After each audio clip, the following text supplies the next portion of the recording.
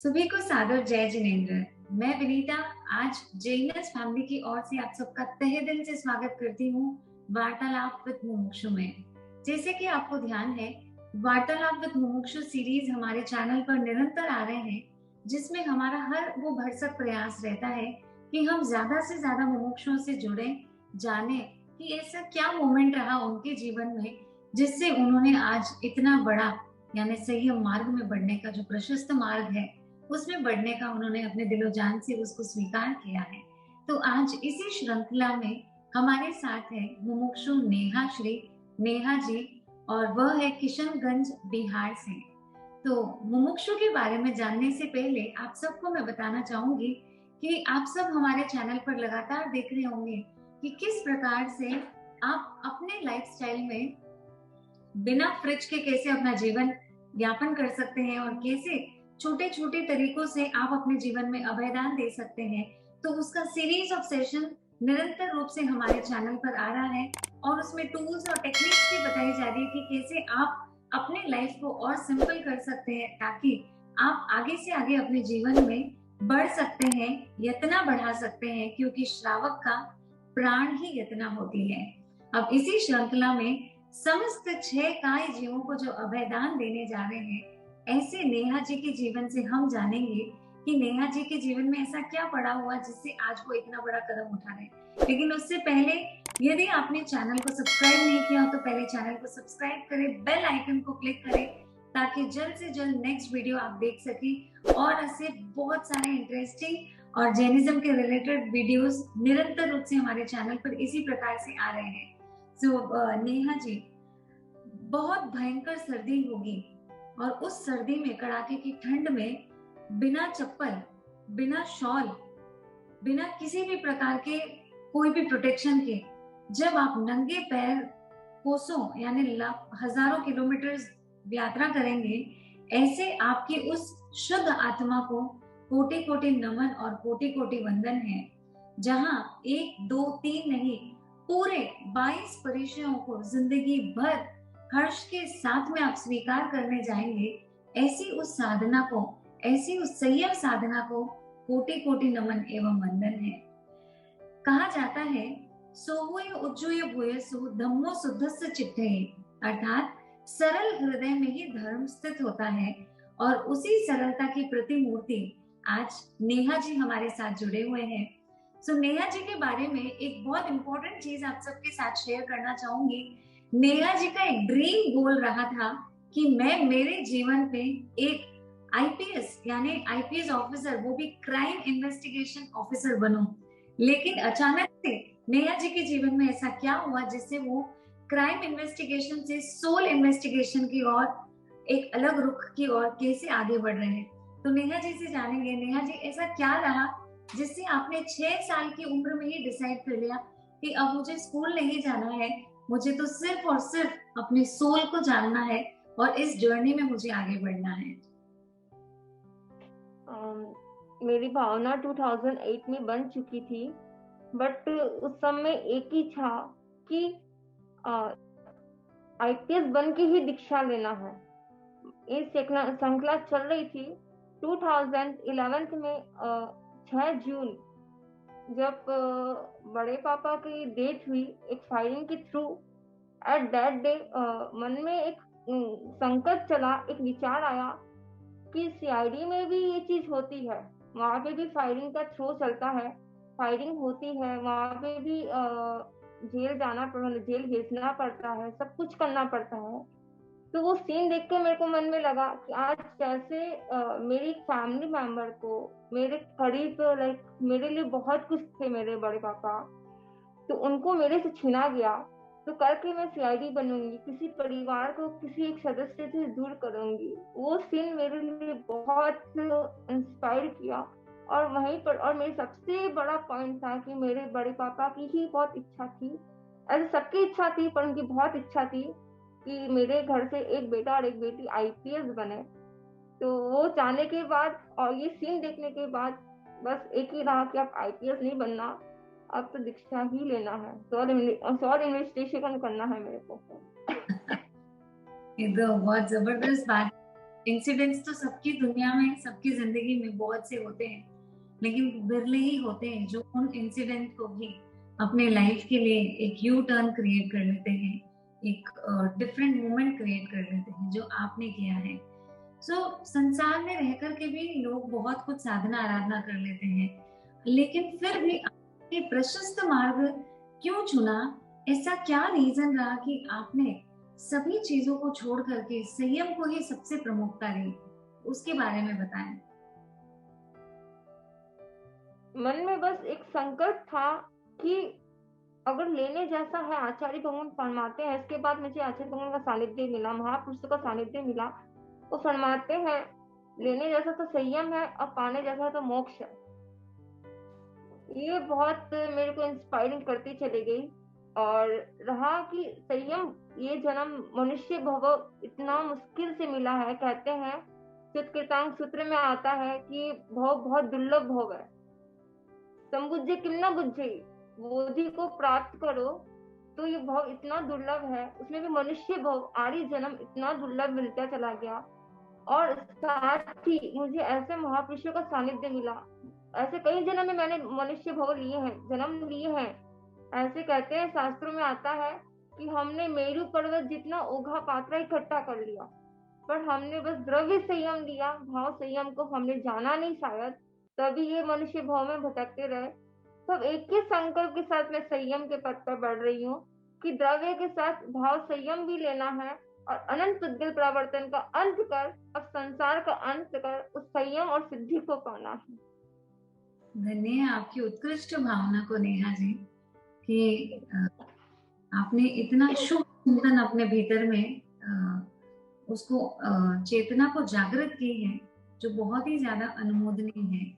और उससे भी बड़ी बात है, आपकी पूरी फैमिली ने आपको अपने इस ड्रीम में सपोर्ट किया है। उसके लिए आपकी पूरी फैमिली को भी बहुत बहुत अनुमोदना है, क्योंकि आजकल देखा जा रहा है बड़ी उम्र के लोग तो कम, और जवान उम्र के यानी छोटे छोटे उम्र के लोग बहुत ज्यादा मात्रा में दीक्षा ले रहे हैं। इससे ये समझ में आता है कि जिन शासन अपने आप में कितना ग्रेट है। नेहा जी, संयम में तो इतने सारे परिचय होते हैं, उन समस्त परिचयों को आपने पहले ही कोई माइंडसेट कर लिया है? ये ऐसा क्या मैजिकल थिंग आप करेंगे कि जब आपके जीवन में भी कोई ना कोई प्रकार के कष्ट परिचय जो ओपन ऑफर होते हैं कि वो कभी भी आ सकते हैं एक संयमी को, उन परिचयों में आप अपने आप को कैसे हैंडल करेंगे? उन सिचुएशंस में कैसे आप अपने आप को मजबूत बना करके रखेंगे? संसार में तो थोड़ी सी भी डिफिकल्टी आती है ना, लोग किसी के भी पास, डॉक्टर्स के पास चले जाते हैं, एटलीस्ट मम्मी पापा तो होते ही हैं कि उनको बोल करके ठीक हो जाते हैं, हीलर्स के पास आते हैं, कोचेस के पास जाते हैं कि वो किसी ना किसी प्रकार से मदद कर दें। आप कैसे अपने आप को स्टेबल कर पाएंगे उन सिचुएशंस में? क्या टेक्निक्स आप यूज करेंगे? इनफैक्ट टेक्निक तो बस यही है, थोड़ी से सहन करूंगी तभी परमात्मा बन पाऊंगी। महासती नेहा श्री माता जी बड़े माता फरमाते हैं, कई बार फरमाते हैं शिक्षा में, परिचय को सहन करने की कला ही संयम है। संयम की डेफिनेशन वो फरमाते हैं कि परिचय के सहन करने की कला ही संयम है और परमात्मा बनना है। इन सारे कांटों के रास्ते से चलने पर ही परमात्मा बन सकते हैं। उस परमात्मा को पाना ही है, तो सारे छोटे छोटे परिचय तो कुछ भी नहीं है। और ये इतना महान जिन शासन मिला, इतना शासन मिला है कि इस परमात्मा को पाने के लिए छोटे परिचय तो कुछ भी नहीं है ना। जी, बहुत ही सुंदर। मतलब आपने ऑलरेडी उन सबको कल्पना कर ली है। कई बार लोगों की आदत होती है, जो नहीं होती है ना, उनकी कल्पना करके दुखी हो जाते हैं, बट आपके लिए एक अलग चीज देखने में आ रही है कि जो कुछ भी आ रहे हैं, ऑलरेडी आपने एक पॉजिटिव कल्पना कर ली है कि कुछ भी होगा तो मोक्ष जाने के लिए तो ये सब छोटे छोटे तिनके हैं और उनको जरूर आप पार कर लेंगे। बहुत ही सुंदर। तो आपने अपने जीवन में क्या लक्ष्य बनाया है? क्योंकि भले ही संसार का एक एंड हो गया है, संसारिक जीवन का एक एंड हो गया है, लेकिन संयम लेने से आपके मोक्ष के टुवर्ड्स अब कदम बढ़ने वाले हैं। तो आपने अपने लिए ड्रीम गोल कुछ सेट किया होगा, तो हम सभी दर्शकों के साथ आप शेयर करें कि आप अपने जीवन में ऐसा क्या करना चाहते हैं संयम लेने के बाद। संयम के बाद मात्र एक सूत्र जो भगवान महावीर की एक बहुत बड़ी सिद्धांत है, आणाय ममगम, आज्ञा ही मेरा धर्म है। कैसी भी आज्ञा हो उसका पालन करना हर एक शिष्य का कर्तव्यता है। बस उस सूत्र को, क्योंकि भगवान महावीर उत्तरार्जुन अंतिम देशना में प्रथम प्रथम देशना विनय का फरमा गए, और एक विनयी शिष्य का एक कर्तव्य होता है गुरु की हर आज्ञा को सहर्ष स्वीकार करना, चाहे मन के अनुकूल हो चाहे मन के प्रतिकूल हो। क्योंकि पहली बात तो मन की बात आती ही नहीं है, क्योंकि साधक जब संयम के प्रति प्रवेश होता है तो मन अपना संसार में ही छोड़ के आता है और अपने को समर्पण करता है गुरु के चरणों में। क्योंकि 24 का रेट का जो माल होता है सोने का, वो आता तो शुद्ध मतलब मिट्टी से निकलता है, प्रोसेस में जाके तब सोना बनता है।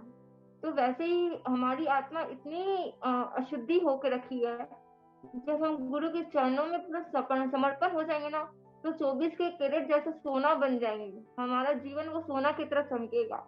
तो उसके लिए आनाय ममगम सूत्र को, मेरा एक ही लक्ष्य है कि आनाय ममगम ही मेरा धर्म है, उसी पर मेरे को चलना है। क्या बात है। अभी की स्थिति तो ऐसी है कि मैं क्यों किसी की बात सुनूं, लेकिन आपने अपने भीतर में जो विनय गुण को जिया है, वास्तव में बहुत बड़ा एक सभी के लोगों के जीवन के लिए बहुत ज्यादा प्रेरणास्पद है कि कितना इजी होता है ना लाइफ में अपने से बड़े, यानी अपने जो गुरु होते हैं उनको हम जब समर्पित हो जाते हैं ना, जैसे आनाय मामगम आपने जो कहा है, तो लाइफ इतनी इजी हो जाती है। और जब ये दिमाग चलना शुरू हो जाता है ना, तो हर चीज कॉम्प्लिकेटेड हो जाती है। तो देखिए दोस्तों, आपके लिए भी एक बहुत सिंपल सी टेक्निक नेहा जी बता रहे हैं कि बस कुछ भी नहीं है, जितना जितना बड़ों की आज्ञा का पालन करते रहेंगे उतना उतना आपकी भी लाइफ सिंपल और इजी हो सकती है। और इनफैक्ट बहुत हर सिचुएशन लाइट हो जाती है। अदरवाइज नहीं तो जब सब चीजें खुद के ऊपर लेने लग जाते हैं तो लगता है कि ये भी कैसे करना, ये भी कैसे करना। और जब देख लेते हैं कि बस मेरे गुरु हैं जो मुझे संभाल लेंगे, फिर उसके बाद कोई चिंता भी नहीं, कोई चिंतन भी नहीं। तो नेहा जी, आगे आपने अपने जीवन में संयम में लेकर के सभी के दिमाग में बहुत सारे प्रश्न होते हैं कि नंगे पैर चलना, सर्दी गर्मी सहन करना, गोचरी में भी विविध प्रकार के आहार आदि करना। तो आपको संयम में ऐसी क्या क्या चीजें बहुत इजी और इंटरेस्टिंग लगी, जिससे आपको यहाँ की तो कुछ भी नहीं है? सबसे ज्यादा इंटरेस्टिंग है इजी, मतलब संयम में इजी गोइंग है तहती, कि भगवान की हर आज्ञा को तहती करके चले गए ना, तो सबसे बड़ा इजी है। भगवान ने फरमाया साधु को कि 42 साल का आहार का नहीं लेना, तहती करके निकल जाओ गोचरी लेने के लिए, 42 आहार डालकर आहार मिल जाएंगे आपको। भगवान ने कहा साधु को नंगे पांव चलना, तहती करके उसको निकल जाओ। क्योंकि क्या होता है, जो भी अगर अपन तहती करके स्वीकार करके चलते ना, वो बड़ों की टेंशन है कि बड़े क्या करेंगे, क्योंकि उनको पता है हमारे हमारे योग्य क्या कार्य है, योग्यता हमको पता ही है बड़े को कि हमारे में क्या, हम क्या कर सकते हैं। तो फिर क्या चीज की टेंशन है ना। सबसे इजी गोइंग संयम में है, मैंने जो अनुभव किया है इन सालों में, तो वो है तहती। हर कार्य को तहती करके चले जाओ और मस्ती से जियो। बहुत ही सुंदर, इतना इजी एंड इतना सिंपल है। तो नेहा जी, आप श्रद्धेय श्री आचार्य श्री विजयराज जी महाराज साहब के सानिध्य में दीक्षा लेने के लिए पधार रहे हैं। हम सब जानते हैं, और आगे भी हमने जो 13 दीक्षार्थियों के जो इंटरव्यू लिए थे, जिनकी फरवरी में ब्यावर में दीक्षा हुई थी, तो उन सबका जीवन आप सबने दर्शकों से भी कहना चाहूंगी कि अगर आपने नहीं देखा हो तो जरूर आप देखिए कि कितना जबरदस्त उनका वैराग्य था हर एक मुमुक्षु का, और कैसे वो अपने जीवन में आगे बढ़े। ऐसे ही महापुरुष हैं आचार्य श्री विजयराज जी महाराज साहब, और उन्हीं के सन्निधि में जी रहे हैं महासती श्री नेहा श्री जी महाराज साहब, जिनके चेन्नई में भी काफी चातुर्मास हुए हैं, साउथ में उनका बहुत विचरण रहा है। हम सब भी उनके जीवन से बहुत ज्यादा ही जुड़े हुए हैं, उनकी इतनी अनंत कृपा रही है जीवन में। तो ऐसे गुरुनी को पाकर के आप तो धन्य ही हुए हैं, डेफिनेटली, नो डाउट। आपने उन लोगों से ऐसी क्या शिक्षा ली, गुरु भगवंतों से, आचार्य भगवान से, जो हमेशा हर पल आपके दिमाग में आपको जागृत करती रहती है, आपको अवेयर करती रहती है? महाराज का, महासती श्री नेहा महाराज का और आचार्य भगवान का। उनका जीवन में सबसे एक मेन पॉइंट है बच्चे के जैसे सरलता है। वो बच्चे जैसे कैसे इनके जीवन में सरलता होती है, मानसा का जीवन और गुरुदेव का जीवन में इतनी सरलता है, इतना ओपन बुक है उनके जीवन में। और मानसा का जो मैंने जो सिंघाड़े देखे, ये इतना ट्रांसपेरेंट जीवन है, इतना ट्रांसपेरेंट कि मानसा का और श्री जिज्ञासा जी मानसा का इतना ट्रांसपेरेंट ओपनिंग है।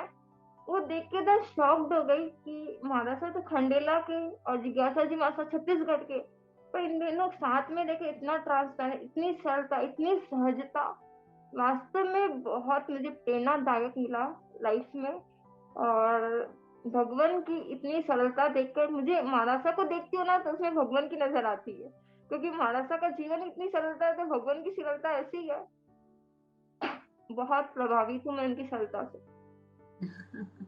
ये तो सही है कि जहाँ अंतो तहाँ बाह्यो, तो जैसे गुरु भगवंत अंदर है वैसे ही बाहर भी होते हैं, इसीलिए हम सबके लिए ही वो एक मोटिवेटर्स होते हैं हमेशा। पता नहीं वो एक अनडिवाइडेड एक अटेंशन जो होता है वो हमें उनके पास लेकर चले जाता है, उनके जीवन के इन सद्गुणों से ही आकर्षित होते हैं। और आप भी ऐसा ही पढ़े, बहुत ही अच्छा लगा जान करके। तो नेहा जी, आगे आप अपने जीवन में, जैसे आप जहां पर भी जा रहे हैं, जिस भी ग्रुप में आप जा रहे हैं, तो what is that one thing which you really like the most? संयम अपने आप में बहुत ग्रेट है, लेकिन हम जहाँ रहते हैं वहां पर भी कोई ना कोई चीजें हमको बहुत अच्छी लगती है। आपको ऐसी क्या चीज अच्छी लगती है संयम के बारे में? मुझे वहाँ पे सबसे अच्छा जो लगा महाराष्ट्र का गुणानुरागी जीवन। सबके भीतर गुण ही गुण देखते रहते, चाहे वो शावक हो, चाहे साथ में रहने वाले सत्याजी महाराजा हो, महाराष्ट्र सब में इतना गुण देखते रहते, दिन में गुणानुरागी जैसा जीवन है। तो ऐसे लगता है कि वो साक्षात, मेरे को तो बहुत आगम लगते हैं महाराष्ट्र महाशक्ति श्रीनिवास महाराजा, क्योंकि वो सबके भीतर गुण ही गुण देखते, जैसे भगवान महावीर की शावक लोग में भी गुण देखे, आनंद शावक, ये जितने 10 शावक हुए कि उनके भीतर भी गुण देखे, जो एक आगम में भगवान महावीर ने आगम बन गया। तो मानसा का भी जीवन ऐसा है कि सबके भीतर गुण गुण देखते रहते, भले वो आगम में नहीं आए पर उनका जीवन आगम जैसा, जो मुझे बहुत प्रेरित किया। बहुत खूब, बहुत ही अनुमोदनीय। वास्तव में ऐसा ही है। हाँ, उनका जीवन।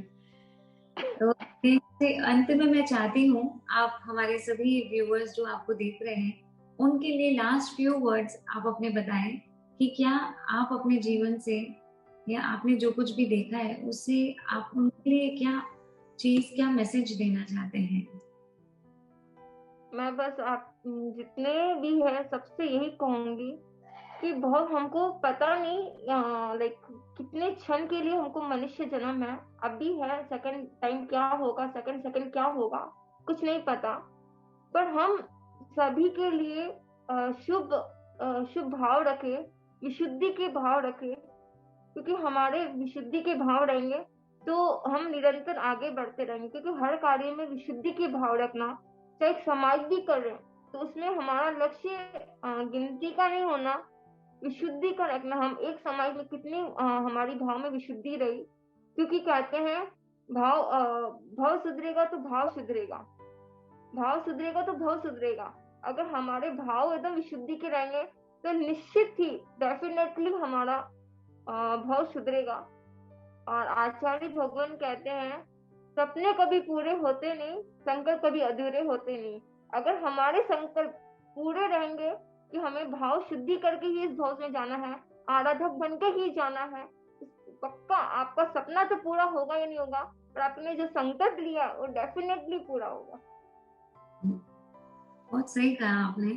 भले छोटा सा एक व्रत भी पालन करते हैं, लेकिन अगर शुद्धता पूर्वक अगर कोई जीव पालन करता है और उसी में उसका आयुष्य का भी बंद हो जाए तो वो लिया हुआ एक छोटा सा व्रत भी उसे भव से, यानी भव भ्रमण से उसे मुक्त करवा सकता है। तो इसी के साथ में बहुत ही अच्छा लगा नेहा जी आपसे जान करके, आपके जीवन को जान करके, तहे दिल से अनुमोदना। जिस भगवान वीर के मार्ग पर आप चल रहे हो, ऐसे प्रशस्त मार्ग पर, चाहे दुनिया में किसी भी प्रकार का संकट आए, कोई भी परेशानी आए, लेकिन ये जरूर गारंटी है कि जो मुनि होता है वह क्या करता है, प्रतिपल हर एक संकट और हर एक बाधा को क्या करता है, मुस्कुराते हुए जीता है। आपका जीवन प्रतिपल आगे बढ़े, आप अपने जीवन में मुमुक्षु भाव को नित्य नवीन पज्जुओं के साथ में आगे बढ़ाते रहे और एक स्टार साध्वी जरूर आप बनेंगे, ये तो मुझे दिख ही रहा है। तो इसी के साथ में मेरी तरफ से और हमारी पूरी जीनस फैमिली की ओर से तहे दिल से मंगल कामना, तहे दिल से मंगल भावना। आप खूब आगे बढ़े, आप शासन की एक स्टार साध्वी बने और हम सब के लिए एक रोल मॉडल बनेंगे आप डेफिनेटली। इसी के साथ में जिन आज्ञा विरोध यदि कुछ भी बोलने में आते बारंबार मिच्छामि दुक्कडम। और बहुत बहुत धन्यवाद नेहा जी, आपने अपने इतने अमूल्य समय को हमारी फैमिली इच्छामि दुक्कडम। जी, तो सभी दर्शकों को बहुत बहुत धन्यवाद। इसी प्रकार आप जुड़े हुए रहिएगा, और भी बहुत सारे इंटरेस्टिंग वीडियोस लगातार आ रहे हैं हमारे चैनल पर, तो हमारे साथ जुड़े हुए रहिए। एंड इसी के साथ में जल्द मिलेंगे, तब तक के लिए सादर जय जिनेंद्र। थैंक यू नेहा, जय जिनेंद्र।